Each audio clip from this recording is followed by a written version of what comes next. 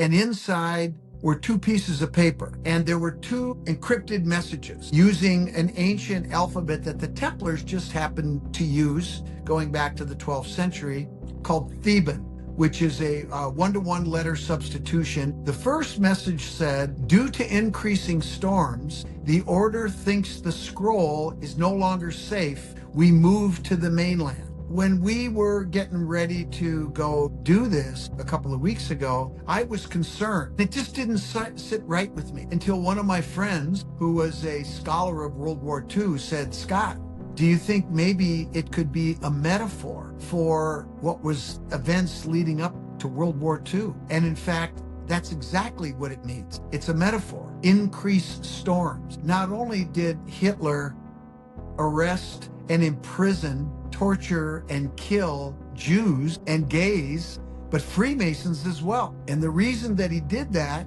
was because in Freemasonry, when we go through our degrees, you're being vetted. And depending on your interests, your aptitudes, your connections, you might be invited into certain other orders like Knights Templar. And I suspect he probably tortured them and interrogated them because they had knowledge, they had technology, they had documents, and Hitler wanted them. That's why he had a fascination with the Templars. That's why he had a fascination with the Holy Grail.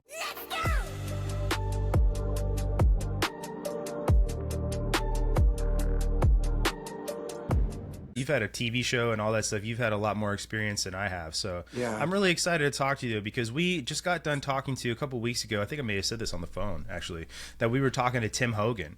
And we talked a bit about Henry Sinclair. We talked a bit about the Templar in America. And we did maybe a brief overview of the Templar and their relationship with the Roman Catholic Church, what happened with Philip the Fair in France, and this sort of. But we did not go in depth the way that I know that we can, that you and I can. We talked a lot about us and Tim Hogan. We talked about a lot of alchemy things. We talked about ancient Egypt. We kind of went all over the place, right? Right. And so I really would love to talk about that and talk about Henry Sinclair, the Kensington Stone, getting how this all happened, I guess. And I think that the thing I've found the most interesting, because I've watched your show. I remember watching with my dad.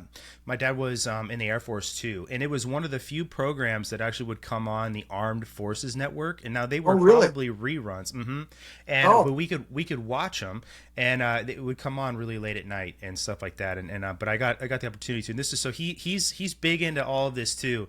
And so when I had Tim Hogan on, I had to ask him about Oak Island because it's one of my dad's favorite shows. And I asked him straight up, I was like, "Are the Lagina brothers wasting their time?" And he's like, "Yes, we've actually told them they're wasting their time, but they're still digging."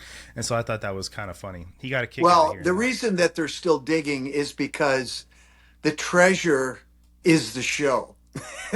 Exactly. And it's funny. I don't care anymore. The year before that show was greenlit, one of the executive producers, or one of the network executives at History, pulled me aside, and we were talking. America Unearthed we were in the middle of America Unearthed at the time, and he said to me, "What do you think about Oak Island?" And I said, "Well, there's nothing there." And he goes, "How do you know that?" I said, "I just know that. I've been to Oak Island. I spent a full day with Danny Blankenship, and he was a wonderful guy, but he was full of shit, basically. I mean, I could tell. And I'm not saying he was full of shit about everything, but what I was interested in seeing at the time was the 90-foot stone. And if anybody would have known about the 90-foot stone, it would have been him. And so that was my main focus. But we walked around the island and showed me a bunch of stuff and pulled out his divining rods. And when I said, "Look, tell me about the 90-foot stone." And at the end of the conversation, I concluded there is no 90-foot stone. There never was a 90-foot stone. That is a myth. Because obviously I wanted to do some geological work on the carvings. Right. And, he admitted he had never seen it. And I had done enough research to know that it was bogus. There was no Mm, stone. So, yeah. and believe me, nobody wanted to see that stone more than me. But it's just it wasn't there, and so that was part of the reason. And but now I know for sure that that's the case. I know that 100% for sure. The last book that I published last year about Oak Island, Knights Templar and the Holy Grail, we reveal all that information. We talk about exactly when they recovered it, what the treasure was, and that Mm, was part of many caches. And that's one of the things about the show that I used to find humorous was, they made it sound like, the Templars brought all their treasures and put it on Oak Island, and mm. nobody would put all their eggs in one basket. Most notably, the Templars would never do something silly like that. So, but what I tell people when they ask me about the Curse of Oak Island show is I say, look, enjoy it as entertainment because that's what it is. Hmm. It's Yeah. not Well, it's not real. yeah. I've said something similar before that every so often they'll find something that seems interesting, and there's this big lead up and this very disappointing letdown, and there's never anything. And I've said too that this what we're watching is recorded a long time ago, probably at least a Yeah. couple months, right? Oh And if no, they had it found something, yeah. Stuff that they were airing, in November through whatever it was, March or April. That's being filmed. Well, up there they probably can't get started till early May, but they'll film through May and then into September. hmm, And then the first episode that they'll air was filmed, 6 months, 7 months yeah. earlier. Yeah, and if they found something, I'd feel like it would be known before these episodes are hitting, I guess, right? Because Of you know, course, of right. So, course.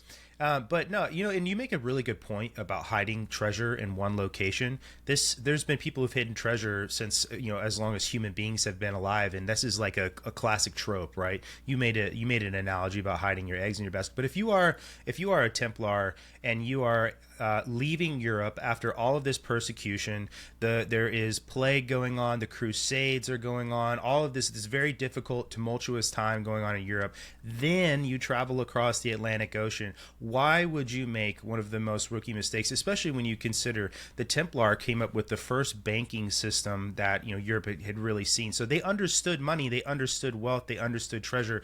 I mean, they were there to. I mean, one of their goals was sort of keeping safe their treasure from the Vatican at the end of the day, right? So they are experts at it, and by no means would make a mistake of this. It's all in the money pit or whatever. No, no. I mean, it's laughable, really. But For sure. again, yeah, it's TV. Enjoy it as entertainment. Um, you know, Yeah. they've done some things that in my opinion, are pretty unethical. But Hmm. um, you know, you're going to be hearing more about these journals for sure. And the journals tell a simply incredible story. And the Sinclairs are front and center in the story. It really Hmm. begins with Earl Henry Sinclair when he was given a journal when he was 8 years old. Now, Really. for somebody that's not a Freemason, and I'm not trying to demean or anything. I just when I do a lot of these podcasts, I am talking to fellow Masons, and so a Okay. lot of the things that I talk about, they'll be nodding their head and they'll go, "Oh yeah," because they know what I'm talking about. But for somebody Hmm. that has not gone through these degrees, has not been initiated, um, it's I want to make sure that you understand that there are certain things that are tells, right? Yes. For example, one of the things, there's a set of numbers that are associated with something called the Fibonacci sequence, the Hmm. golden ratio, if you will, the key to life in the universe, certainly on planet Earth, and it's incorporated within everything. And I tell people, this golden ratio is incorporated with anything, including our bodies. And if artists use the Fibonacci sequence in their art, they'll sell more art because the, that's encoded in our DNA. And if you're looking at paintings, you're going to be drawn to the one that has it Hmm. because your body connects with it. So these numbers are used by these traditions. The numbers 8, 13. 26, which is 2 times 13, and so on. 8 ships. They came over in 8 ships, and they had 13 Templars on each ship. I mean, these things are done for a reason. And it's like for many people, it's wearing a rosary or a cross or whatever. It's so that God will protect you, God will guide you. Well, in this case, it's the goddess, Mm-hmm. because the creator of life is the feminine, right? Mm-hmm. And that was their little secret that they didn't tell anybody, most notably the church. They venerated the Virgin Mary, but all she was a metaphor for their true Gnostic uh, tradition and beliefs, which was a veneration of the great goddess. And so these are some of the things that we see. And Earl Henry Sinclair was given a journal on his 8th birthday by his father, who said, I want you to write down things that you will remember when you are a man. And he did that all the way through. And then when he was old enough, he learned that it was, that there were Templars. Remember, he was born in 13 1453 is the or 1353 is the first. He was born in 1345. Okay. The Templars had already been persecuted. They had already escaped to Scotland. They had already been under the protection of King Robert the Bruce. At this time, they were now living in the Weems Caves on the north shore of the Firth of Forth.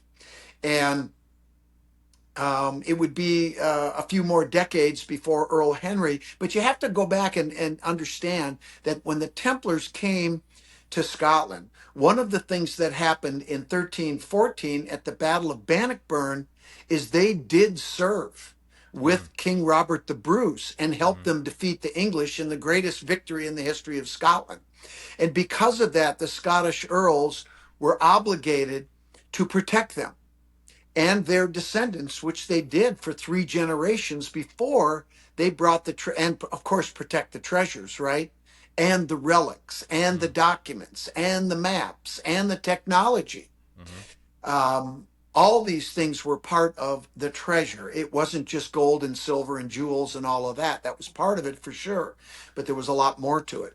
But in any case, eventually in 1395, it was time to bring those treasures over to North America, and they did that.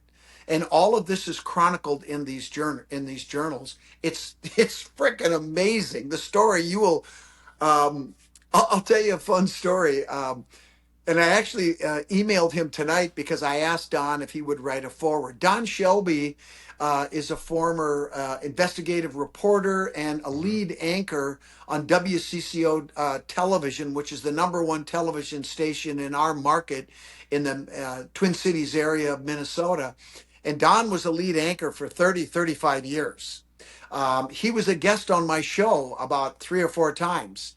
He's Wow. absolutely a history buff. He's a very smart guy. And last summer, he called me up and said, Hey, Scott, I want to have lunch. And I was just getting to the end of completing this manuscript. And I said, Don, do you want to read my book interesting story that's in my book that I'm going to be publishing in the next year? He said, sure. I gave it to him on a Tuesday at lunch. Friday morning, I had an email in my inbox from Don, and he said this: God damn, this is the best story I have ever read. It's the best story in the last 275 years. It might be the best story ever if it's true.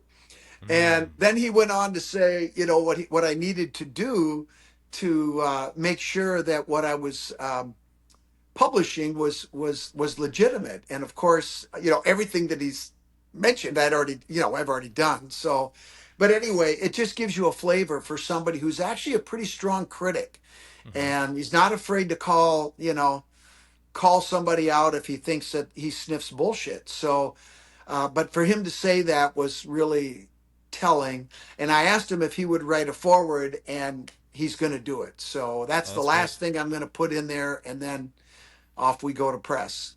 Mm. That's incredible. I'm really interested to hear this story, obviously, and I know that there's. I don't want to get too much into your book because I know you would like people to read it and they should read it for themselves. But I would like to talk more about Henry Sinclair and Yeah. coming to America. Yeah. Specifically the evidence of his presence here in what would become the United States, right? Obviously, it wasn't the United States at the time. I don't think he is the first person to come here. So there's an expedition by Leif No. Erikson as well before him. Oh, He arrived. there were Templars coming here starting in about the mid 12th century, not long after the Okay. Viking era ended. So Hmm. Earl Henry Sinclair was not the first one to come here. In fact, in the journals, he says, "My father has been there 6 times." Wow. And then he went with his father when he was 8 years old. And then he didn't go again until he was 49 years old in Hmm. 1395. And then they went again in 1398. And not only did they bring the treasures over, but they brought over 120 surviving Knights Templar descendants. Hmm. And like you said, Europe was, I mean, they were excommunicated from the church. They were basically being hunted down. The plague was ravaging Europe. I mean, why would you want to stay there, right? Hmm. And you've got this beautiful land over in North America. And the other thing that's very important that I want to make sure that I say about this that people do not understand. And again, the brothers that might be listening to this will understand what I'm about to say. The difference between the Vikings that came over to North America and this information I'm about to share with you was shared with me in a sweat lodge with the Ojibwa natives up in Canada about 13, 14 years ago. And what they told me was that when the white people started to settle, the Vikings, they did not treat the indigenous people with respect. They Hmm. just did what they wanted. They didn't care about their traditions. They were basically jerks. And so basically, the Algonquin nations, which are up in the northeast part of North America, Hmm. went down to the south central region and met with the Iroquois nation, who are the warriors. They were the badasses. And basically, they said, look, you're going to have to deal with these white people sooner or later. So why don't you go up there and take care of this mess now? And that's what they did. They wiped them out and they didn't come back. Hmm. Now, history doesn't tell you that. But how often do we see people talking to the indigenous people? Not at And all. that's one of the things that drove me crazy, that made so much sense to me from the beginning, is that if anybody knows what happened on this continent, wouldn't it be them? Hmm. I mean, of course, right? Yeah. Well, And can I just say really fast? yeah, go Your ahead, point. jump in. I'm sorry. No, don't be sorry at all. You had mentioned the 8 ships and that there were 13 men on each ship, right?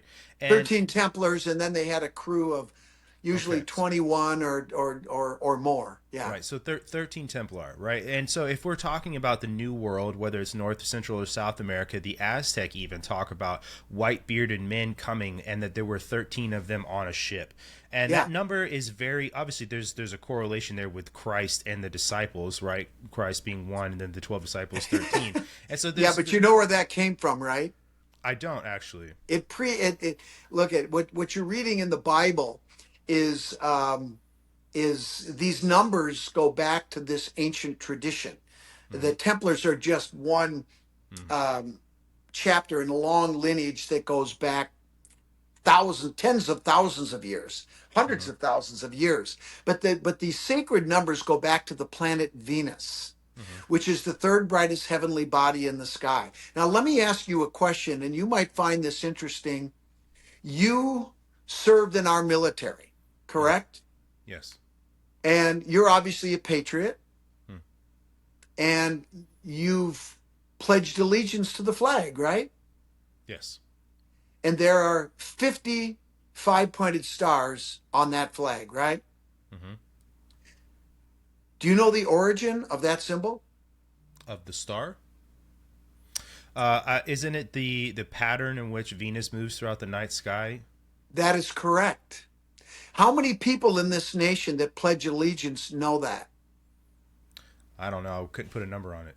Oh, I could. Yeah. Oh yeah, a because lot. because when I give lectures, I don't usually talk about this anymore, but I've talked about this many times in the past. I ask them, how many people raise your hand if you know the origin of the five-pointed star? And Mm-hmm. usually nobody raises their hand.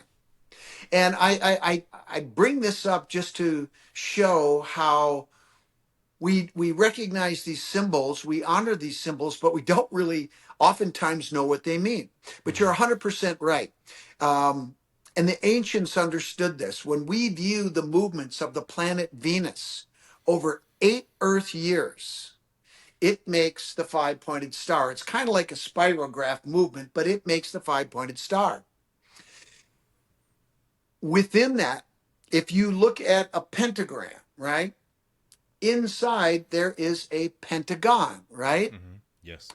Now, if you take the length of any one of those five sides of the pentagon and assign it a value of 1, and then you extend it to the one of the arms, the distance of one of those arms from the end of the pentagon to the end of that point is 1.1618 something something something. That ratio of 1 to 1.618 is the golden ratio. Mm. It's most commonly depicted on our planet with a spiral. Mm-hmm. That is the ascending growth and the numerical increase of that number. And that is why, I mean, how often have you looked at a shell and just go, wow, that's cool?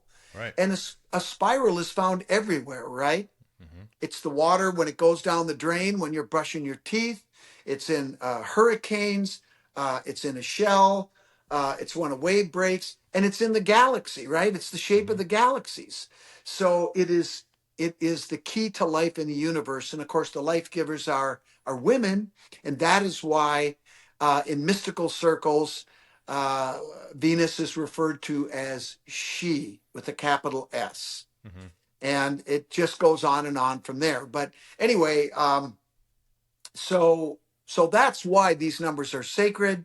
The natives are matriarchal. A lot of people don't know that, and this was one of the things that the Templars had in common with them, and they were able to form a deep spiritual bond through ritual, Masonic ritual, because the natives practice Freemasonry just like we do.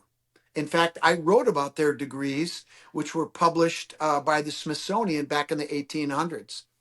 And it's incredible. So, not only did they bond with the indigenous people through ritual, but also through intermarriage. Mm-hmm. Because when Earl Henry and those 14 ships came over, they brought 120 Knights Templar, surviving Knights Templar descendants, and they stayed here. Mm-hmm. And they intermarried with the indigenous people. And some of their descendants are people whose name you might recognize, Really? Like who? like Sacagawea. Do Mm-hmm. you know who she is? Yes, she's who helped Lewis and Clark. Yeah. Do you think that was a coincidence that they connected with Lewis and Clark? No. Lewis was a Freemason. Mm-hmm. And it's not a coincidence at all. She is a descendant of a bloodline marriage between a Knights Templar and an indigenous person.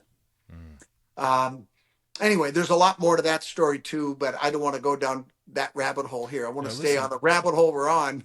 Yeah, no, I mean, listen, we can rabbit hole wherever we end up going. You know, we're going to talk about this stuff regardless. I'm really interested in it. You had talked about the divine feminine, and you said that they had realized that it's not the masculine, but the feminine. Is this, I guess, could you call it like a noticing of these patterns like you were talking about, the movement of Venus, the five-pointed star, all of these things, they go back to this divine feminine. Where did they get this knowledge and learn about this? Or is this just derivative of being in tune with everything and learning and recognizing here on earth that life comes from women, and then therefore this must mean it all comes from women? Or is this an older tradition that this comes from? This is a much older tradition that they came from. And what I don't know if you got into this with Tim, but the Templars that founded the original order back, actually it was before 1100, but they were all members of certain Burgundian families from southern France. Okay. And I did not. they And so they go all the way back. And I'll just tell you, I mean, they are part of a bloodline tradition that goes back to Jesus, Mary Magdalene, John the Baptist, and the Essene, and back farther to the Egyptians and to the Atlanteans and beyond. Mm. So, what is really laughable is, this whole Columbus was first nonsense, Sure. when, people have been going cross continent for millennia. And it's just that a lot of that evidence was covered up. The Roman Catholic Church is largely responsible for it, and other powers that be. And it's messed up. And I never would have gotten involved in any of this if it wasn't for the runestone that came into our lab. And if you want to go down that rabbit hole for a sec, it Yes, might be absolutely. a good segue. Let's do that. In July of 2000, I was running my materials forensic laboratory in St. Paul, Minnesota, and I was approached by somebody from the represented the Runestone Museum up in Alexandria, Minnesota, where the runestone is currently housed and was back then. And they asked me if I would perform a forensic evaluation of the stone, and I said, "What's that?" They said, "Kensington Rune Stone." I said, "What's that?" I didn't know what it was. I had never heard of it. Although a lot of people around me did. They said, "Oh, you've never heard of the runestone?" And anyway, so um, I remember the guy was clearly an advocate for authenticity, and I remember telling him, I said, "Look, man," I said, "I'll be happy to do this work for you, but you have to understand that when I come back, I may give you news you're not going to like, Hmm. and you're still going to pay me." Right. Because I get paid I'm either just the way. It doesn't. messenger. Yeah. I do forensics, and sometimes it goes my client's way, sometimes it doesn't, and Sure. I just tell them what it is. And I mean, I hope for the best, but sometimes it doesn't go their way, and you just got to tell them. So anyway, I did the analysis. I did a tombstone study, and I determined that the weathering of the inscription was hundreds of years old, and that was from the date it was pulled out of the ground, because it hasn't been in a weathering environment since. So how could it be a late 19th century hoax? That's impossible. And so Hmm. the only other conclusion you have is it must be genuine. And I said that. And man, when I published that report, the fan hit the shit. Let me tell you, it was, I mean, I got inundated, I got blasted, I got attacked, and it was personal. Mm. And it pissed me off. But I kept my calm and I said, "Look, I'm not perfect. I make mistakes. If I made a mistake, point it out, I'll fix it." Well, I didn't make a mistake. They just didn't like the result. Well, tough hop. Life Hmm. doesn't always go your way. And then, they just kept attacking me and saying, "Well, this can't be real." And the language and the runes and the dialect. I said, "Look," I said, "everything I do is based on logic. Okay. The rock told me it was real. I Right. trust rocks. I don't trust some people. Hmm. And if the rock says that it's real, that means that everything in that inscription, because it's dated 1362, must be consistent with the 14th century." And so I went to Sweden 5 times to look for the evidence that I knew had to be there from 2003 and 2005. And guess what? I found everything. And of course, all that did was just piss them off even more, because I had the audacity to go in their backyard and look for what they said didn't exist, but I knew it existed because the rock said so. Hmm. So, anyway, that led to my first book on this subject, called The Kensington Rune Stone: Compelling New Evidence, that I co authored with a linguist by the name of Richard Nielsen, who taught me everything that I needed to know about medieval runes, dialect, grammar, dating, everything. Mm. And so we wrote this book. And I mean, here's another little thing about forensics. I make this bold statement. I say it's absolutely genuine, and it sounds self-serving. But what people don't understand is that if we have voluminous evidence in multiple disciplines that are consistent, cohesive, and conclusive, and this is what I do for a living. Okay. I've been doing forensic investigations for 40 years. Mm-hmm. And I'm not trying to brag, but I'm pretty good at it. Sure. And it doesn't matter if I'm looking at concrete or I'm looking at a rock or a runestone or I'm investigating a crime because I worked on murder cases too. I worked at the Pentagon after 9/11, and the process is the same: facts, evidence, interpretations, and then if you have enough evidence, you draw a conclusion, right? And so I did that. And like I said, we have all this evidence in history of the late 19th century, the 14th century, the runes, dialect, grammar, all aspects of the runestone, the geology, everything fits as it must if you have the right answer. That being true, how can there possibly be evidence to support the contrary? It can't exist, and it doesn't exist. And that is why I'm going to say again right now on your show, I challenge anybody, any academic, anywhere in the world, to a public debate on the Kensington Rune Stone. And you know what's not going to happen? Somebody taking me up on it because of what I just said. There is no evidence to support a hoax. There never was any evidence. The only evidence was people talking about other people and what they think they might have done. That's Mm-hmm. not evidence. That's No. hearsay. Sure. Well, So I just want there to you say go. too. Right. I just want to say too, for people who may be listening and unaware of what the Kensington Rune Stone was, this is Oh a yeah, stone I that was should have found said from that. us. It's okay. It was a Swedish farmer, right, who found when he was It was a tilling. Swedish immigrant farmer by the name of Olaf Oman, Mm-hmm. who was clearing trees on his roughly 100-acre parcel of property in preparation for farming. Mm-hmm. And he and his two oldest sons, we were actually the first ones to realize that there was two of his sons present at the time. The historical record only documented one prior to us, Mm. proving that that was the case. But anyway, he they ended up cutting off. Olaf Ullman has an affidavit that's at the Minnesota Historical Society where he wrote, I took a grub axe and I cut off the roots around the base of the tree. We took a winch and we tipped it over, and this pulled the stump out at the same time Mm-hmm. and wrapped tightly in the roots of that tree, almost directly under the stone. The tree was a 202-pound stone, and it was the younger son, Edward, that first noticed that there were carvings on this stone. So that's how it was discovered. It was sent to scholars at the University of Minnesota roughly 6 months after it was found. He didn't know what the hell he was looking at. I mean, we know that now.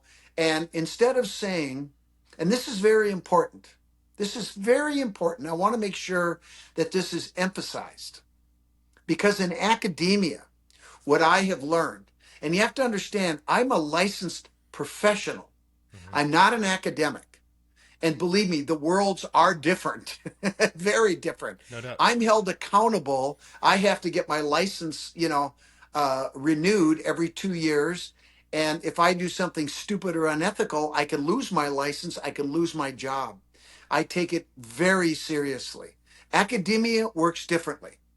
And when I draw a conclusion on something, I need to be prepared to testify in a court of law under oath to my findings. That's not the way it works in academia. Right. Basically, they reach truth by consensus. Mm-hmm. They basically sit around and talk about it till they all agree. And I'm not saying that that's a bad process. I'm saying it's a flawed process because it failed the Kensington Rune Stone. Because that first professor, Olaus Breda, professor of Scandinavian languages at the University of Minnesota, who was unable to say these three little words, I don't know. Mm. Instead, he said, I can't recognize this. I'm the expert. And if I can't recognize it, then it must be a hoax. Mm-hmm. And he made it go away. And that set a very important precedent that dogs the stone to this day. So I think you get my point. I do, yeah.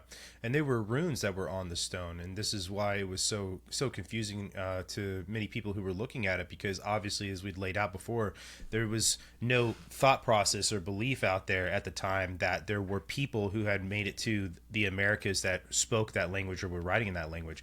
And the Kensington Rune Stone, it was a land claim. I think that's right. Correct. And before you had said about how Henry Sinclair's father had been traveling to the Americas prior to him, what were they going back and forth for? Was it all specifically for the protection of Templar treasure and knowledge and information, or were there other? What was the purpose? Well, yes. The Templars had been hiding treasures for a long time. Earl Mm-hmm. Henry wasn't the first one to bring treasures over, and he wasn't the last. Um, but there was also, you know, there were resources over here that you didn't have in Europe, right? Basically, I mean, the other thing that people don't think about is um, we did an episode on the copper culture up in the Lake Superior region, Mm-hmm. and the richest and most pure copper deposits found in the world are in the Lake Superior region. Mm-hmm. 99.9% pure native copper. And after the glaciers melted, they plucked this copper out of the ground, and it was just laying on the ground everywhere. In some places, you can still take metal detectors to this day and find big sheets of copper. I talk to Wow. farmers when I'm chasing after agates in Minnesota that have Mm. found copper nodules, this big up to, I bought one that was 75 pounds from a farmer. Holy cow. Um, so copper back in those days, actually, you go back to the Bronze Age, copper was more valuable than gold and silver Mm-hmm. because you could work it, you could do Yeah. things with it, and Right. it Utility. was, yeah. So so that was one of the resources, and Mm-hmm. again, it was literally laying on the ground. They could trade it with the natives for whatever they were trading. The wood, I mean, my God, the forests over here were fantastic. The fishing was amazing. Furs, and who knows what else that they were involved in. And they kept it quiet. I mean, if you've got a good fishing spot, are you going to blab it to the world? Of course not, right? So, there were other reasons why they came here. But look, the mission all along was to establish a sanctuary. Mm-hmm. Um, they called it the Free Templar State in the journals. In the Mm-hmm. journals, they also call it the New Jerusalem. Mm-hmm. Um, Brother Francis Bacon called it the New New Atlantis. Atlantis. Yeah. Basically, a place where people could live free from the tyranny of the monarchs of Europe, free from the persecution of the Roman Catholic Church. That is what the Templars suffered from. And those two entities combining together, which is happening in our country today, by the way, um, to elevate themselves above the people. And so our founding fathers were, and by the way, a lot of people don't know this, but 53 of the 56 signers of the Declaration of Independence were Master Masons. Mm-hmm. They were also Knights Templar. They just didn't tell anyone. They inherited this tradition. They knew exactly what happened to the Templars because most of our founding fathers are also bloodline descendants from them, Mm-hmm. which means what? They go all the way back to Jesus and Mary Magdalene. I'm part of that lineage. You might be part of that lineage. There's probably millions of people, certainly hundreds of thousands that are part of that lineage that goes back through these bloodline families. And I mean, some people go, whoa, wow, that's amazing. You must be special. I hate to break it to you, we're not special. But think about this, Brandon. All 8+ billion people that are walking on this planet today all have ancestors that were alive 2,000 years ago, right? Mm-hmm. That's a fact. Nobody will debate that. Yeah. So why is it such a stretch to believe that Jesus and Mary Magdalene, by the way, she was married to John the Baptist before she married Jesus. Did you know that? Tim Hogan had talked to us about that. Yes. Yeah. And so when he was beheaded, because the priestly line in that Essenic tradition went through the feminine, Mm-hmm. a family member was obligated to marry her, and that was Jesus. Mm. So they had two children, plus they had the son from John the Baptist. So why is it a stretch to believe that they didn't have children and they had children and their descendants are alive today? Mm. It's not a stretch at all. In fact, it makes perfect sense. So the whole notion of the Da Vinci Code and the sacred bloodline, to me, is so what? Of course, you know. And so a lot of these people involved in this, like Earl Henry Sinclair, are part of this tradition. And they inherited knowledge. They inherited these ideologies. And they had to keep it secret from the church because look, the church finally figured out that the Templars were only pretending to be Catholic, that they venerated the Virgin Mary to the point where some of the popes got uncomfortable. But she was just a metaphor for their ancient faith and belief in Mary Magdalene, in the goddess Isis and Asherah and all the rest of them going back um, tens of thousands of years. So the name Templar is in the chronology of this story isn't a name that's existed the whole time, right? No, no. Who before they were Templar, what was the name of the order, I guess to use that word, of people Yeah. who protected this and the when you said earlier too, the Burgundians, is this the Merovingian line of French kings? It goes through the Merovingian Okay. bloodline, which is Merovingian means vine of Mary, right? The Mm-hmm. bloodline of Right. Mary. Um, what they were called originally was the Poor Knights of Christ. Mm. Um, and so, but the names have changed over the years, and eventually they became as the Knights Templar, and this goes back to Solomon's Temple, and really some of the Masonic traditions, which Masonic Freemasonry is a direct outgrowth of the rituals of the Templars. So. Yeah. Um, yeah, and this is one of the things that even in Masonic circles, and I run with Masonic scholars, of which Tim Hogan is one, and there's been a lot of debate over the years about, the connection between Freemasonry and Knights Templar, Mm-hmm. and some of the scholars say, well, I understand the argument, but we just don't have the documentation. Well, we have the documentation now. Mm-hmm. Yeah. I'm actually gonna ask you a question that's in this vein, but it might be a little out there. How much do you pay attention to the UAP sphere at all? A little bit. I'm paying a lot of attention to it. Mm-hmm. And, I got to tell you something. It was never on my radar Mm-hmm. until several years ago when I got a call from a guy working with the government, who said he was with NASIC, the National Air and Space Investigative Center, which is a branch of the DOD. Mm-hmm. And I said, what do you want with me? He said, well, we're interested in talking about you possibly helping us with disclosure. Mm-hmm. And the first thing I said, well, why me? And he told me why. And he said, we think you have some reasonable credibility. You have a platform of people, and we just think you could help us. And I said, okay. Well, first thing, you have to prove to me that you are who you say you are. And that was a bit of a process, but he eventually came to visit with me, and he convinced me that he was. So then I went through about a 6-week or 6-month period of reading articles, reading reports, watching videos, having conversations, trying to understand and craft a message. And so we did that.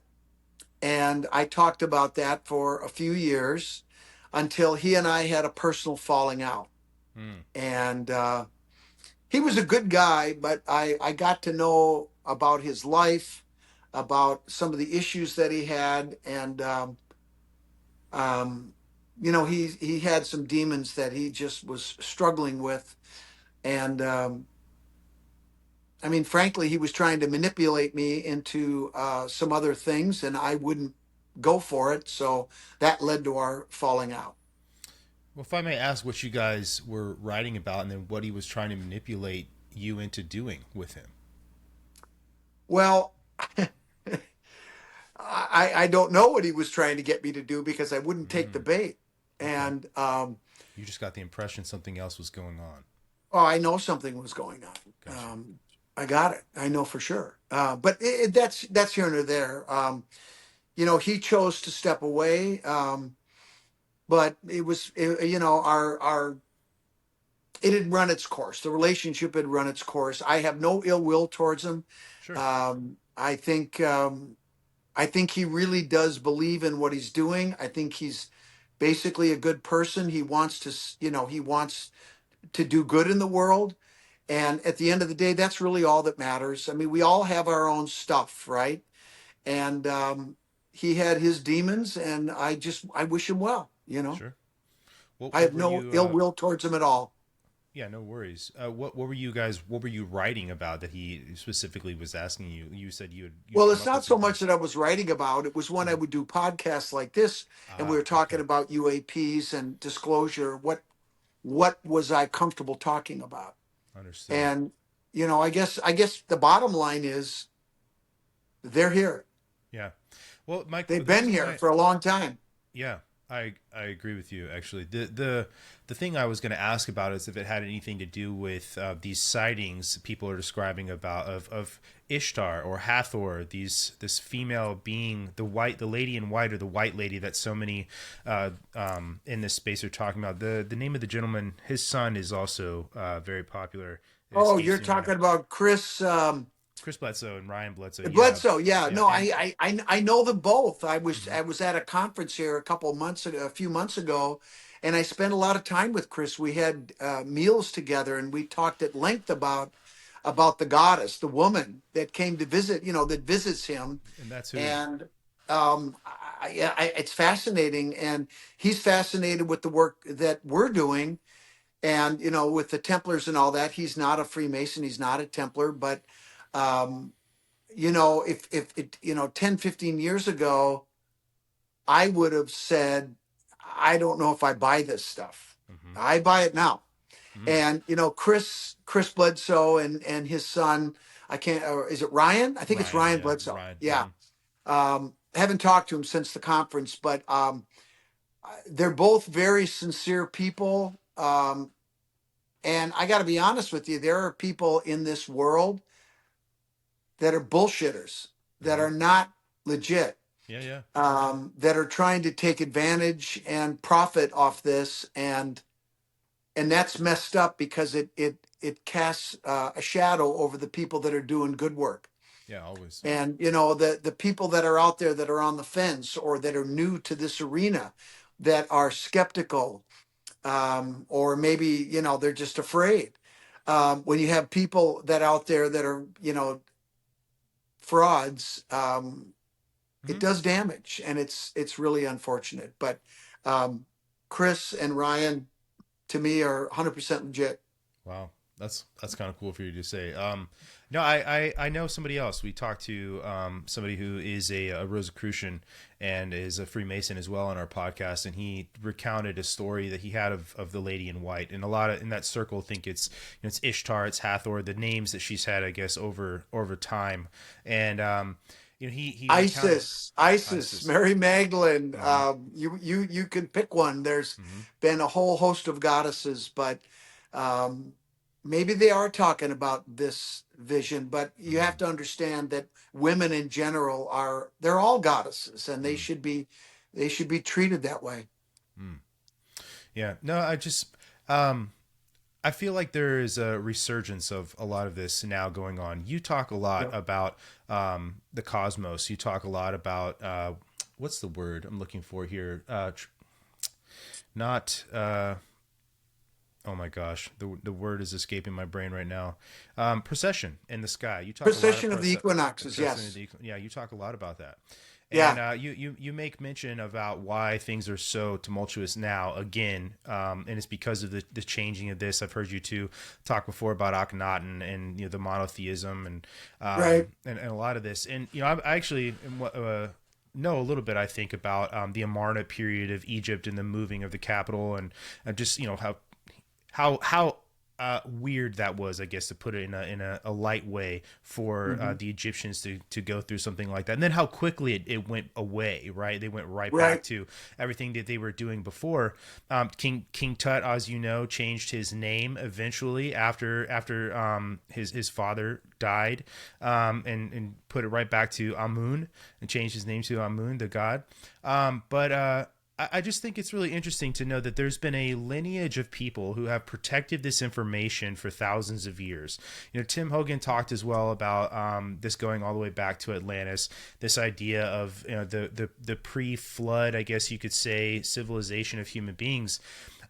So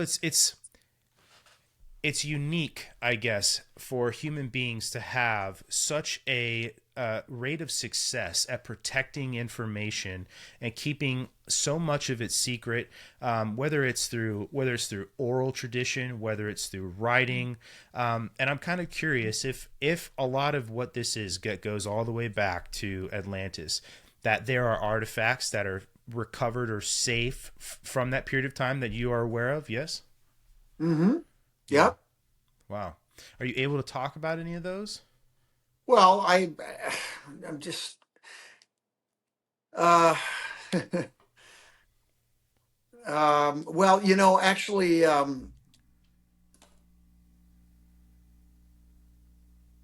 Oh,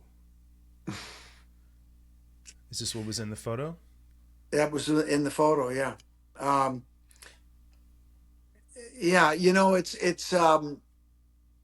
I have to, I want to be careful because I'm actually talking to people right now about possibly doing a new show Hmm. that has to do with the journals and the what we call the Cremona document material. Cremona document. Okay. The information that led us to this was in the Cremona document, which Wow. I've published a fair amount about, but there's two or three times more of that information that we have yet to publish and we have yet to talk about. Wow. Um, and but what I can say is we have information about artifacts, documents, technology, remains.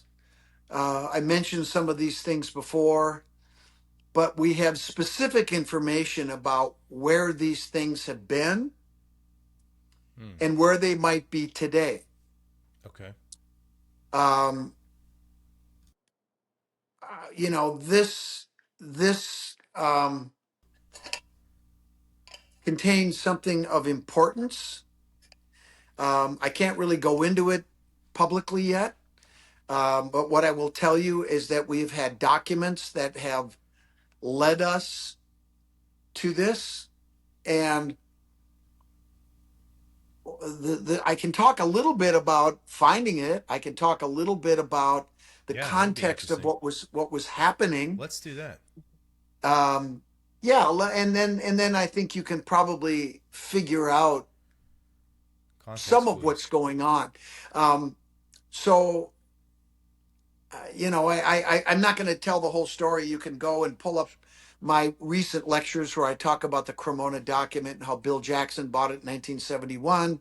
It started by scuba diving and snorkeling around Bannerman Island and the whole story. I mean, it's actually a long, fairly complicated story, but it all fits together.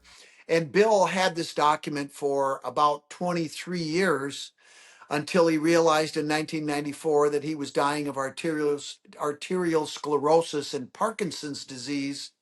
And then he sold the document to the Vatican, which, when we first learned this about 20 years ago, I nearly wet myself. I'm like, no, don't do that. Don't do that. But what he did was he sold what he knew they would want. Um, but he took photographs of everything. And so we have everything that he gave to the Wow. Vatican. And we also have a lot more that he did not give to the Vatican. In fact, he gave them just a fraction. Hmm.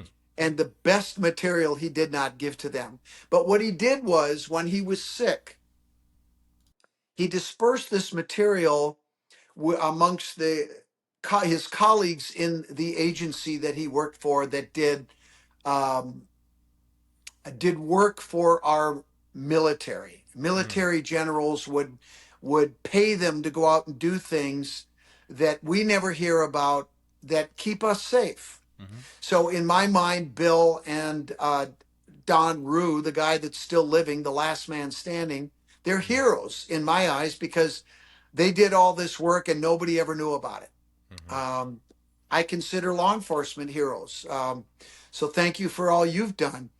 But they did this stuff quietly, and they all took blood oaths. Mm. So, like you and your brothers that you served with, and they are your brothers because you would literally put your life on the line for them and with them. Indeed. They did the same thing. So, you especially can appreciate what I'm saying. And so, what Bill did was disseminated this material amongst his friends, and it didn't really mean anything to them. But he was trying to not put all of his eggs in one basket, right? With strict instructions upon their deaths that this material would go to Don Rue, who was his best friend and the only person, according to one of the letters we got in one of the packages when one of his colleagues passed away several years ago, where he said, Don was my best friend, and he was the only one that took my research seriously and went with me on these expeditions. And part of the reason for that is Don never married, so he was always available. And and in Don's words, I can't not do Don without using his voice. And I said, well, Don would say, and Bill would always say the magic words. And I said, what's that? He goes, I'll pay. Oh, yeah. That's easy, right? Anyway, he's got this deep, gruff obstacle. voice. Yeah, and he's 6'8", so he's a huge guy. But in any case, he's also got a very tender, soft side too. But anyway, so this stuff has come to us over the years, and it's built upon each other, and it's like a giant jigsaw puzzle. And now we're at the final pieces. We know what the picture looks like. We know exactly what the picture looks like. And now these final pieces have gone into place, and it led us to this. Now, in early June, well, actually, no, McMaster's died in April. But in early June, the executor of his estate contacted Don and said, I have an envelope for you from McMaster's.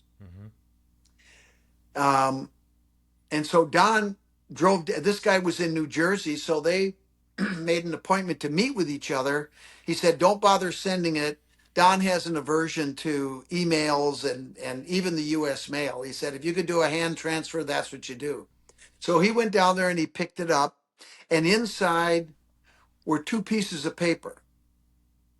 One was written on one side, it was blank on the other, and there were two encrypted messages using an ancient alphabet that the Templars just happened to use going back to the 12th century, called Theban, which is a one-to-one letter substitution, and both of these messages were in English. Okay. The first message said, due to increasing storms, the order thinks the scroll is no longer safe. We move to the mainland. 1933.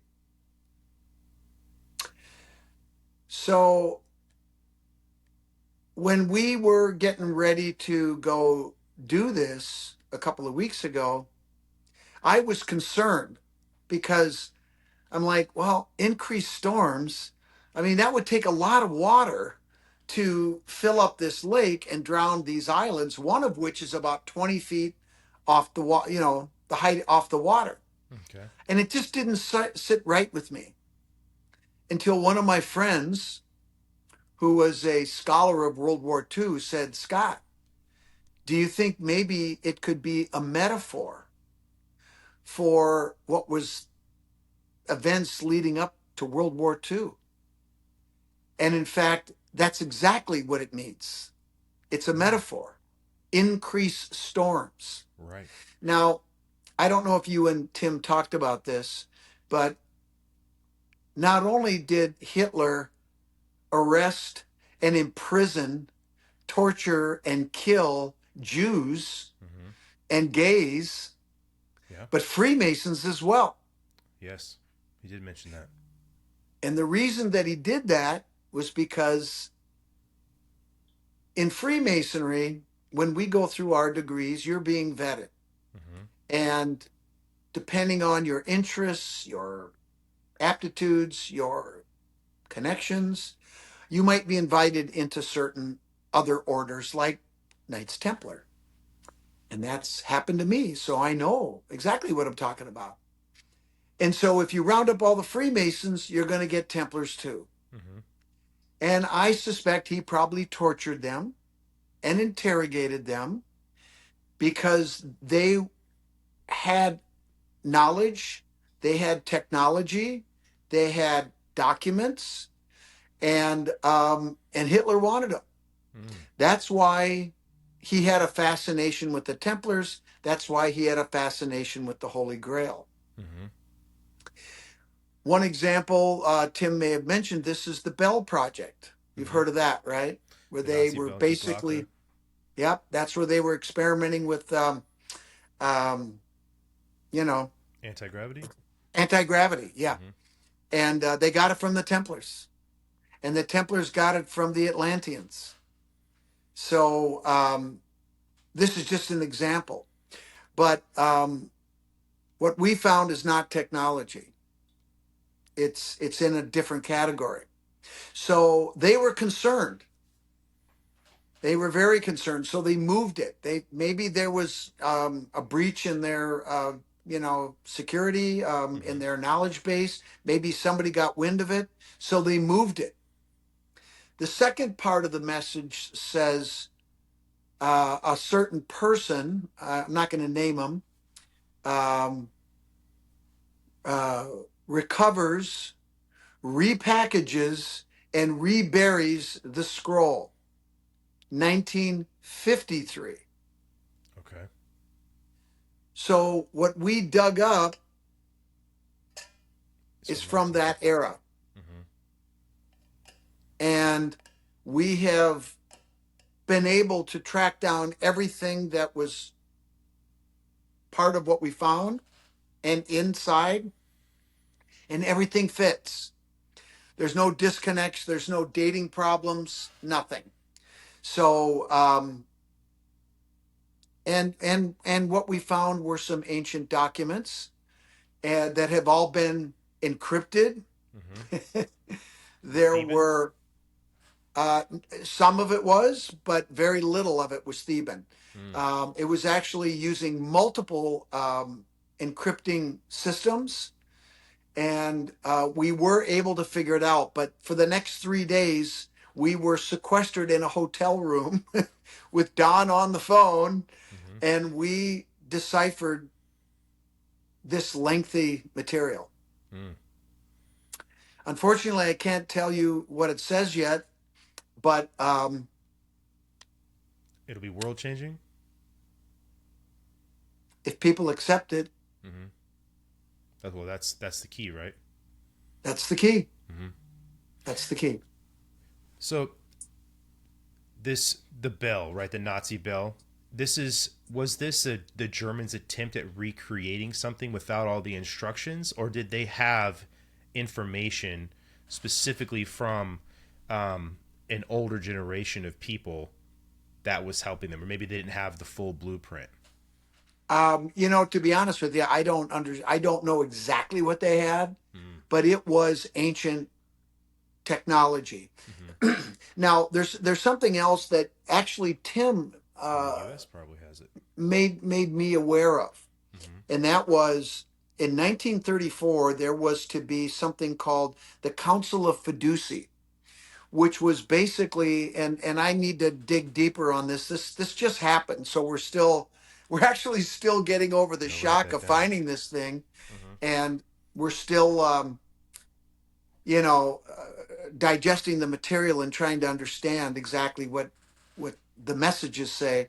Okay. But the Council of Fiduci was supposed to be a coming together of multiple Templar orders that had splintered off over the centuries, each of them taking something of importance with them that they were protecting, because that's our job, is to protect this stuff. And that's my job here. And I want to believe that part of the reason we found this is because we were on the right path. We were, I take this very seriously, and I'm going to do the right thing with it. This is not for profit. It's not anything I'm going to sell. Um, I don't know where it's going to go, but it's going to go into an archive somewhere, and it's going to be protected. But once the message comes out, we'll see what happens. But I think the Council of Fiduci was apparently didn't happen. Okay. And there was a lot of turmoil going on in Europe. So many of these orders took the material that they had and brought it to the United States of America at that time, because, the storm was brewing over in Europe and we were not involved at the time, and it was safe. And where this was hidden is up in the Adirondack Mountains, in a place that is way the hell. We had to take a float plane to get in there. Wow. There's no roads leading to this lake. There's a trail that takes you about an hour and a half to hike in, and that's the only way you can get there. There's no houses, there's no cabins, there's no docks, there's no nothing. That's pretty incredible. How did it make you feel when you deciphered this information? That's a really good question. Well, part of me was shocked. Part of me was not shocked. Part of me was validated. A lot of me was validated. I was encouraged. And I'm hopeful. And, you brought up precession. Yeah. Of the equinoxes. And you understand that when you have a change from one age to the other, that significant things happen. Mm-hmm. John the Baptist passed the torch to Jesus, right? Mm. When the age changed from Aries the ram to Pisces the fish, right? Mm-hmm. The same thing happened when Akhenaten passed the torch from the age of Taurus the bull to Aries the ram, mm-hmm. and so on. And there's 12 primary constellations of the zodiac. Mm-hmm. And it takes 26,000 years approximately for one whole cycle to complete, mm-hmm. where each of those primary constellations spends a period of time in the eastern sky, and it's measured on the morning of the spring equinox when the sun rises through that constellation. But because of the Earth's wobble, that zodiacal belt that goes through the eastern sky slowly rotates. Mm-hmm. And because it takes 26,000 years to complete, if you divide it by 12, that's about 2,160 something years. Okay. But it's not divided equally. It's divided predicated on the size of the constellation, which varies depending on which of the 12 sure. constellations you're talking about. In any case, here we are, 2,000 plus years since the age changed from Aries the ram to Pisces. Now we're going from Pisces to Aquarius. Mm-hmm. But it's not just the change in a new age. It's also the completion of the 26,000 year long cycle. That is what they were talking about when they said the end of the Mayan calendar in 2012. Remember, they said it was going to be the end of the world? That's not what it was. No. It was about the end of this cycle. Mm-hmm. Now, that's the Mayan calendar. But there are many other precessional cycles. Most of them say that the end of the cycle It's 2025. Right. Right now. So a lot of people predicting September, the near end of September, will have some big event. I've seen a lot of that. Well,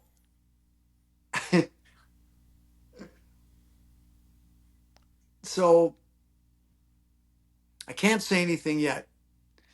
But yes. Looks like it's itching to come out of you. It really does. It's itching, but I have to show restraint, man. I gotta show restraint. But I think it's important for people to understand what we are living through right now. Every person on this planet, aliens included, we're living through one of the most profound moments in human history. And nobody gets it, or very few people get it. Why is it so profound? And there's a reason why shit's happening now. There's a reason why our government is talking about UAPs. There's a reason why I was contacted. The reason why these documents, this material is coming to us. Because now is the time. It was predicted long ago that this would be a period of great strife, of difficulties, and the planet would be under siege. The planet is under siege. Anybody who doesn't think that there's global warming happening, that there's climate change, is a fool and in denial. Stop it. Just stop. Listen to the science. Listen to the facts. And what the hell? Why would you take a risk? Why would you bury your head in the sand and pretend like nothing's wrong? I have children. I have grandchildren. Do you have children? I do. I care about them. I care about this planet. I care about my friends. I care about my fans. And every person's goal should be to do whatever you can to leave this place better than we found it. That is not happening now. And I'm not going to get into politics, but what's happening in this country right now is an abomination. And political ideas aside, you don't shit in your own house. Do you? No. Well, that's what we're doing. And we need to stop it. Full stop. And the aliens don't like it either, by the way. They're disappointed in us. They're pulling for us, but they're not going to fix it. And frankly, if we screw it up, and we are well on the way to doing that, and we do ourselves in, which is the path that we're on, it's going to be sad, and they'll be disappointed, but the planet will still be here. Because people need to understand, the Earth is one of the crown jewels of the universe. It's teeming with life. There are very few planets in the solar system, in the universe, that have the magic that this planet has. And one of the things that will screw that up is nuclear war. And they won't let that happen, so you don't have to worry about that. But it's stupid. It's just stupid. We're better than that. And so that's why I'm happy to do these podcasts and tell people. I'm not trying to scare people. I'm just talking real. I'm talking truth. So let me ask you a question then. Are you, well, your statement about nuclear war begs the question about why then Hiroshima and Nagasaki were allowed to happen if there's an element of control over our capabilities, right? But then the other question I have for you is, are you, to summarize, right, in the form of a question, are you saying that essentially that Earth itself is such a rare anomaly in the universe that they are in essence guardians over this place, and that we are essentially failing a test? Would that be? I think that's an interesting way to put it.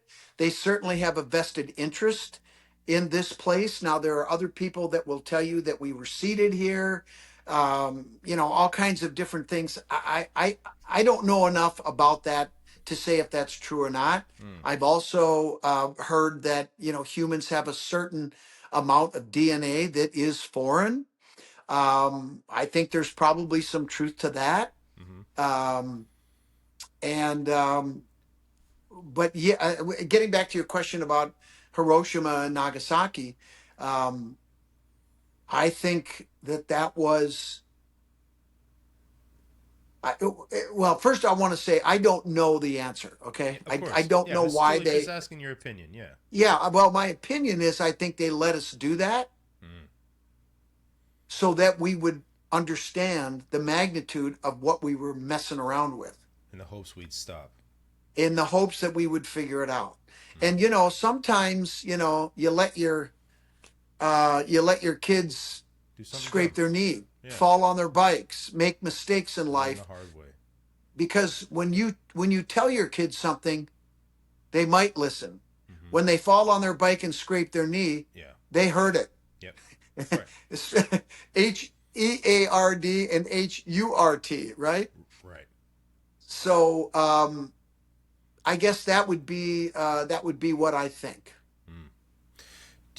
There's a whole group of people who think that a lot of these crashes over history, like maybe like something like Roswell, they call them Right. give sites or donation sites. Are these? Do you believe that this is a donation site in the hopes that we're going to be able to take this technology and use it for something good? Um, Maybe well, that's the tech we're it's reverse engineering. yeah. Well, we know the reverse engineering is happened for sure. Like Mm-hmm. Oh yeah. Kevlar cloth is one example. Mm-hmm. Touchscreen technology that you and I have right now, and other things. I can't think of any other obvious examples, but Sure. you know, my understanding is that is exactly where we got this technology.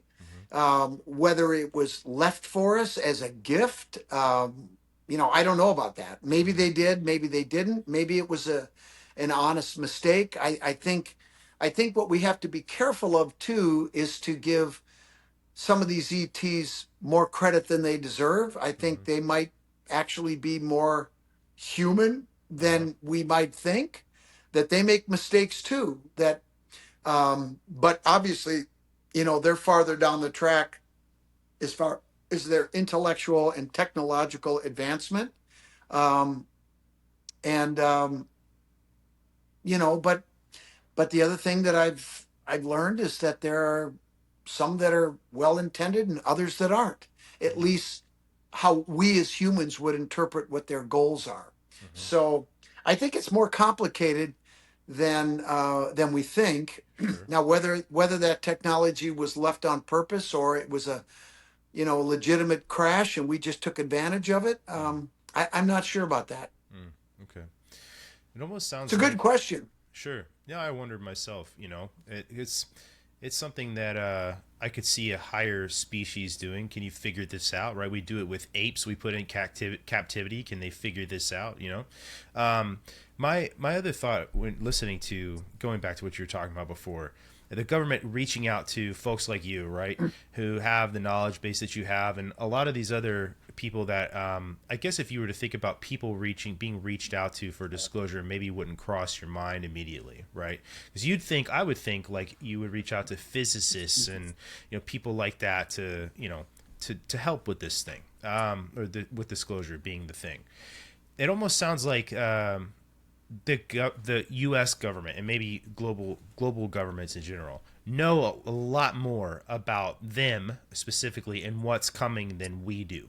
And is I'm trying to think of a way to like ask this question that doesn't sound so stupid, but it's like they're reaching out to you because of the knowledge base that you have and know that something is coming perhaps, and you with your base of knowledge that you have are able to provide insight that they maybe don't have about something that's coming. And is that is that cataclysmic again, like something we've already been through as a cleansing maybe?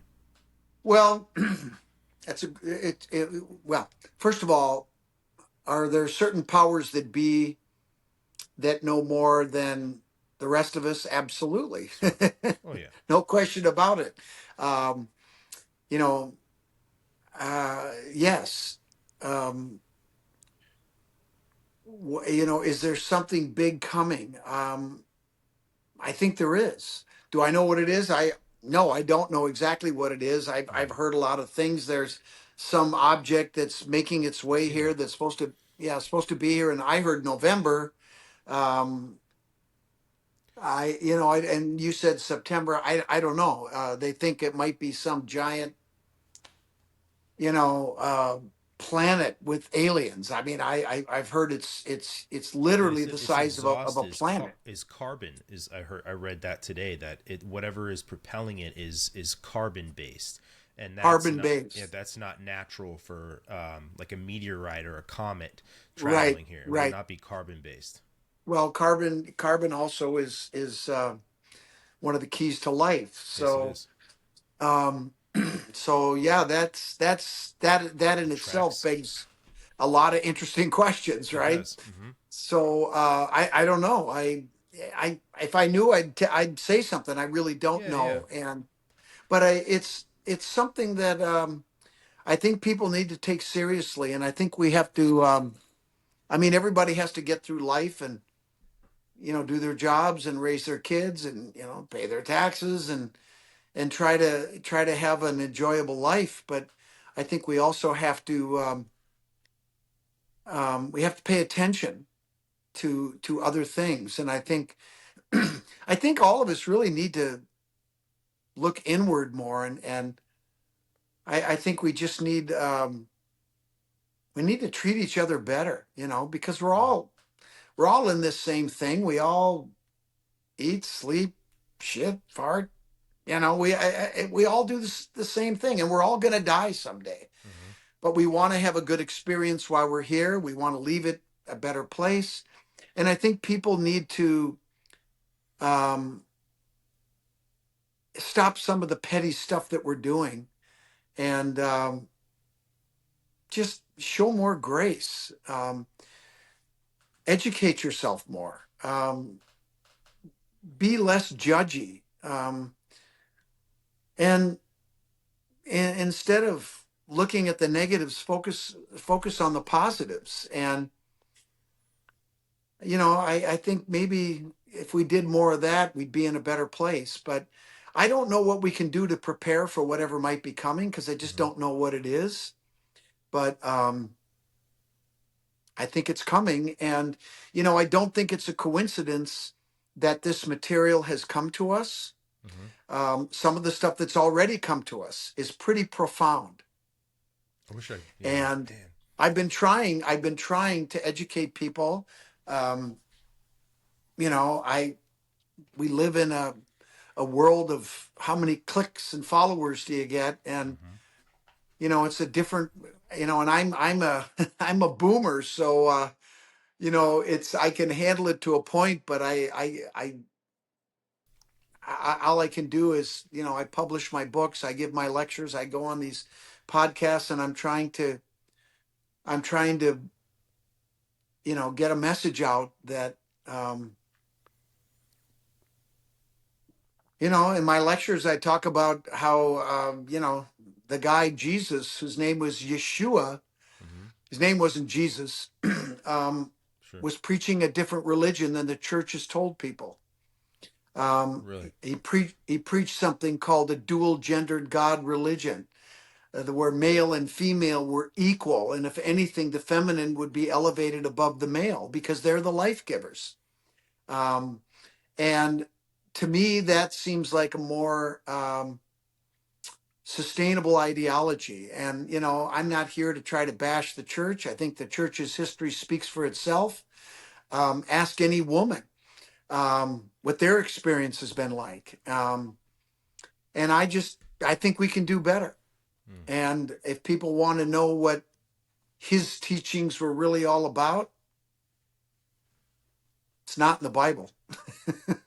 What does Templarism say outside of what you already described about what Jesus' teachings were? Well, I mean, some of the things in the Bible, I should take that back. Some of the things that he talked about that I've mentioned, having, help your neighbor, Mm-hmm. um, show grace, Sure. treat people the way you want to be treated, Mm. respect nature, um, you know, um, just basic human values. Mm-hmm. But I think what happened, in 325 AD at the Council of Nicaea was the Mm-hmm. beginning of something that was extremely harmful to humanity. Okay. And, I'm sorry, I can't sugarcoat it. Um, the church is preaching a false narrative, Mm. period. Um, Jesus did not die. Jesus lived, and he traveled to Scotland, and then he died, and his body went to the Telpia tomb, and the Templars that happened, at the Why end of the Scotland? first century, and then the Templars were founded around 1100. Remember, they're the bloodline descendants, Mm-hmm. and they established a perimeter in Jerusalem so that they could. It was a base of operations so they could do what they wanted to do, which was round up the stuff their ancestors left for them, Mm-hmm. which included all the things that we've talked about, Mm-hmm.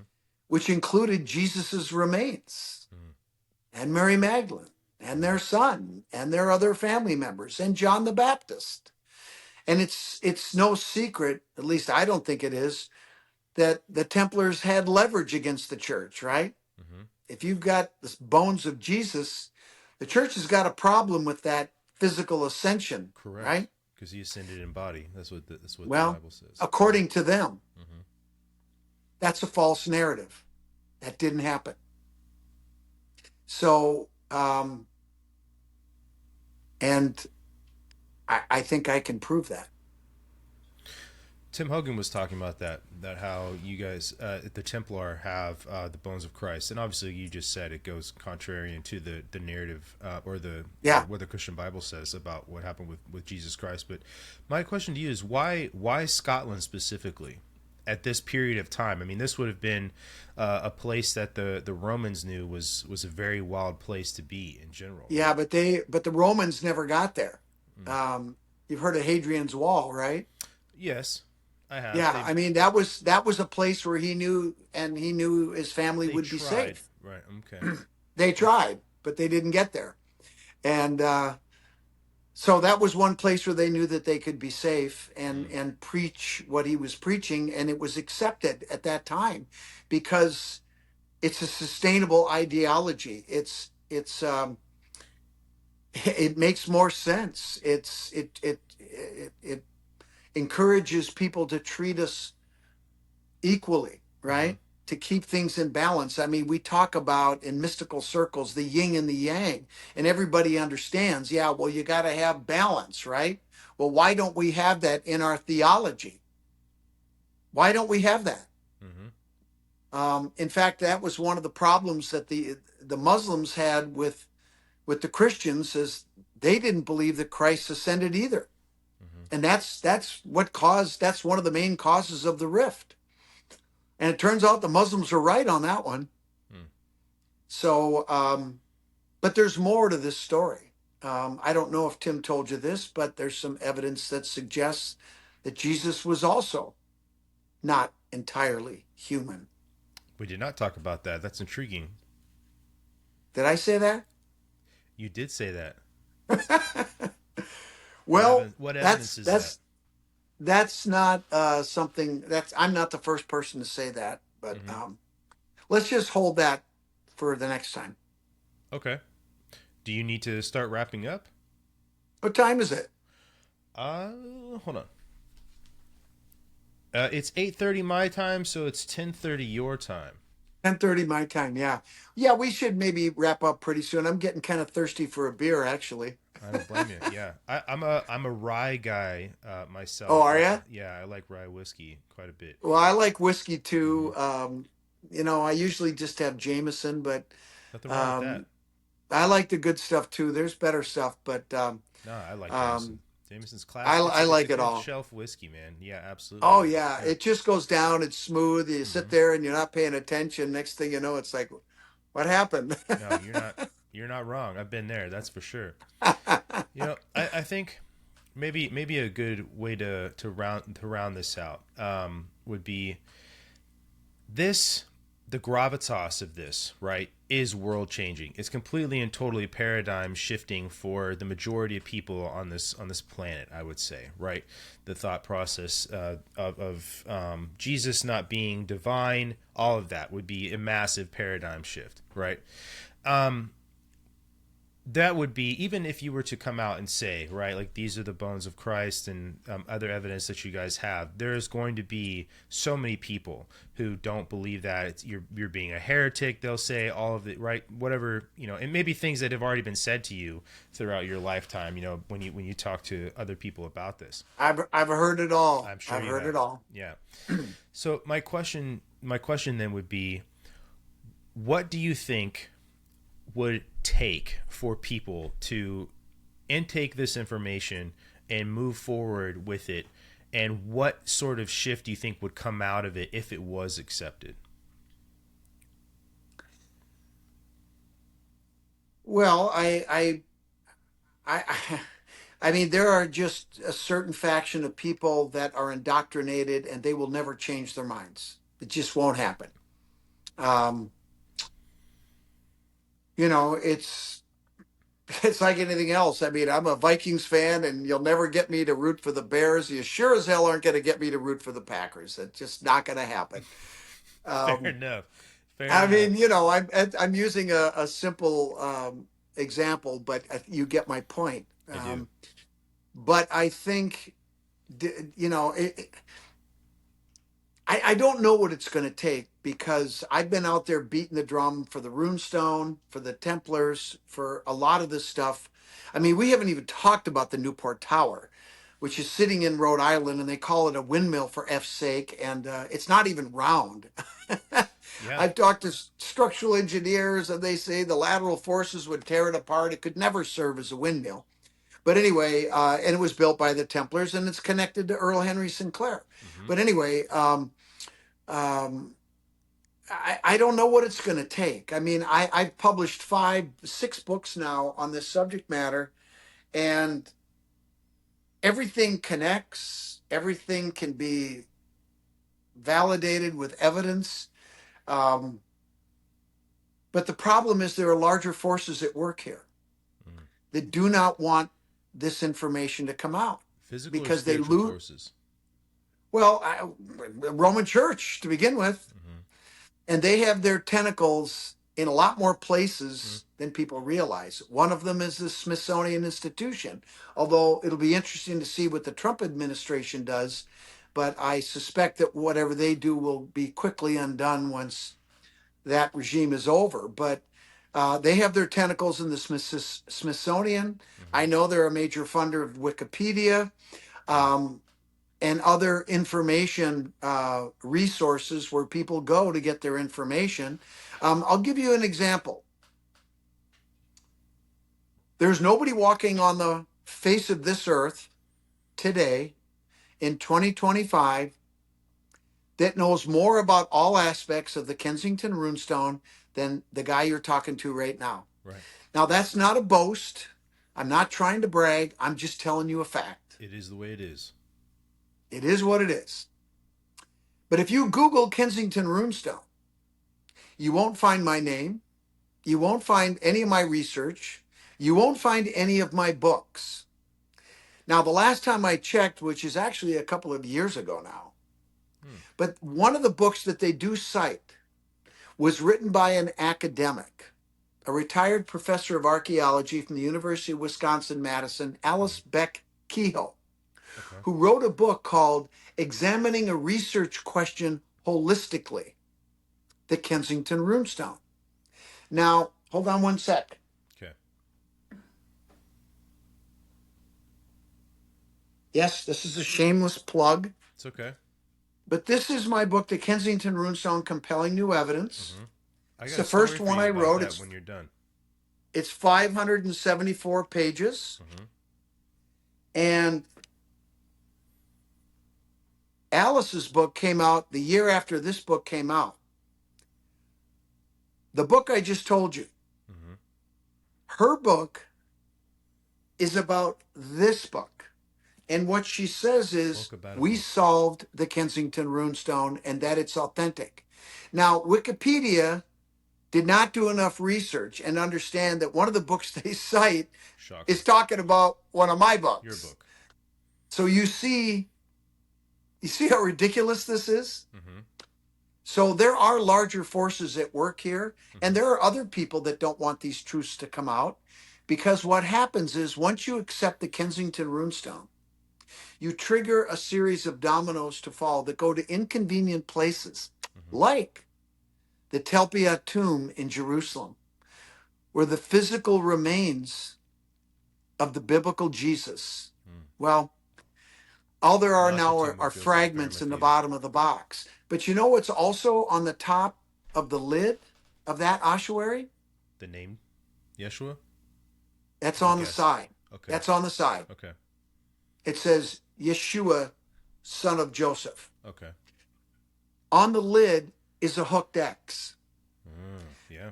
There's 22 hooked X's on the Kensington Rune Stone. Right.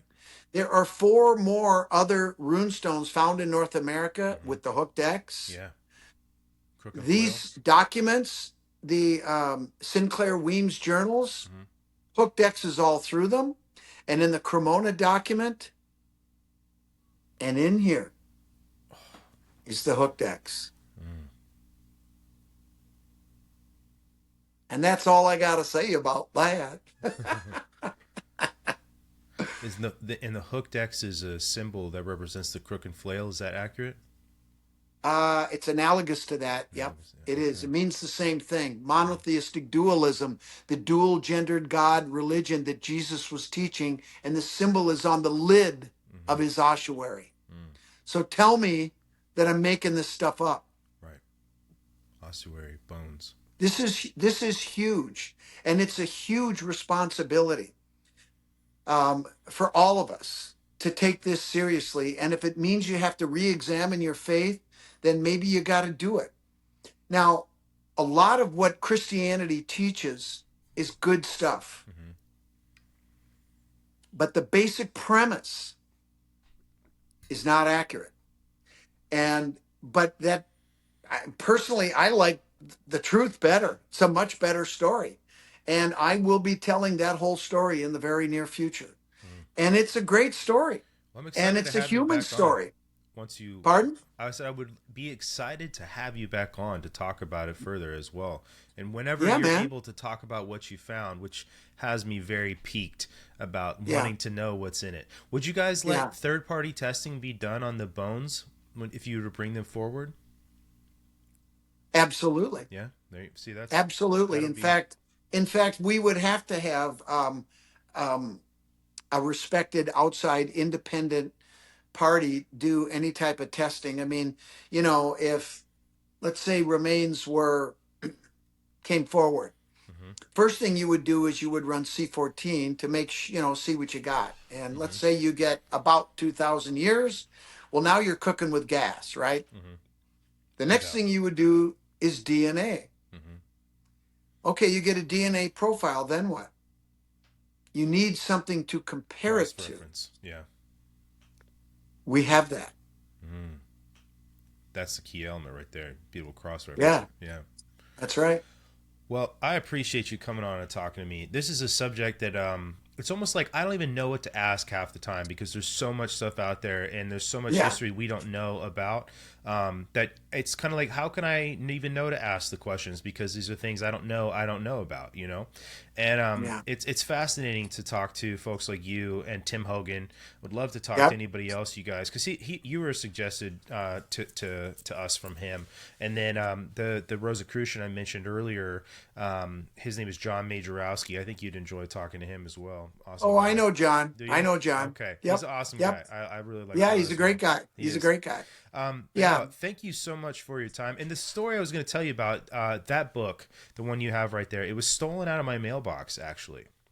What? Yes. Somebody, this is totally unrelated. Somebody broke into, we have one of these community mailboxes in my neighborhood that has like Yeah. the single drop off point for the UPS guy, or Oh, right, USPS. right. And somebody broke into the package box and stole it and a lot of other things that didn't belong to me, to other people, out of it. Oh, you're And kidding. no, I'm not. But that book, actually, I ordered it because I hadn't read that one. I have the Hooked X, but I wanted to get that one, and it was stolen out of my mailbox. It was, along with something Well, my wife that ordered. sucks, man. I know. Hey, I'm gonna get it I again. know a guy. I Yeah. know a guy who can help you with that. Okay.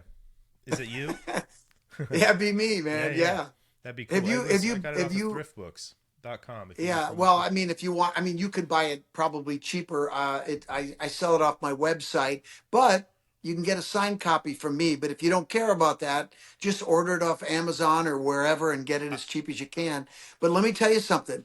That book is what started it all, and that might be the best work I've ever done in my life. I love that I've for worked you. hard. I think I've done some good work, but I think nothing will ever, Your magnus in opus. my mind, surpass the work we did on the Rune Stone. I'm really Mm, proud of that, and I didn't know what I was getting into at the time, but my life changed, and for the better. mm. Awesome. I would love an autograph copy. If you if you sell those on your website, I'll have to take a look into it and Yeah, get yeah. it. So Or you can just hit me up and we can figure it out. You can Venmo me and okay, away I we can do go. that. I got your number. So well, Yeah, thank you man. again. Let's plug your website real fast where people can find Yeah. you at the end of that, and I'll put Okay. it in the show notes. What is your website where people can find you?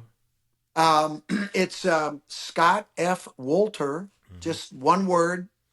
Middle initial F is in Frank, scottfwolter.com.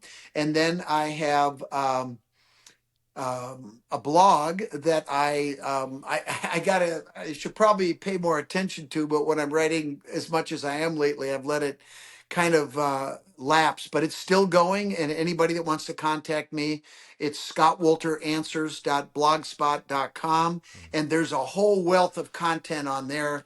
After every episode we did of America Unearthed, I would go on and post and That's put cool. photos and talk about whatever the subject was, and sometimes things that happen behind the scenes. So I encourage people to go there, and anybody that comments, I will respond. Mm, awesome.